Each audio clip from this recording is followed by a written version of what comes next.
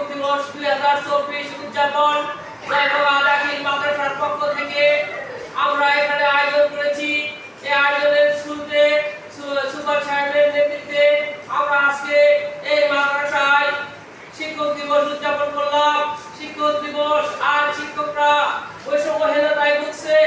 বাংলাদেশের সবগুলো সরকারি ক্ষেত্র থেকে শুরু করে বেসরকারি মাদ্রাসা স্কুল এগুলাকে একটু বৈষম্যের বেড়াজালে এঁটকে দিয়েছে। এই বেড়াজাল থেকে আমাদেরকে বের করার জন্য আমাদের গাবতলী উপজেলা থেকে 140 জন শিক্ষক ঢাকায় গিয়েছে।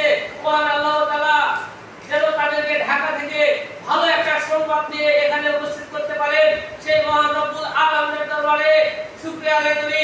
আল্লাহ যেন তাদেরকে এই গৌরী আবহাওয়ার ভিতর থেকেও আমাদেরকে এখানে যাতে ফিরে আনতে পারে। আমাদের গাবতলী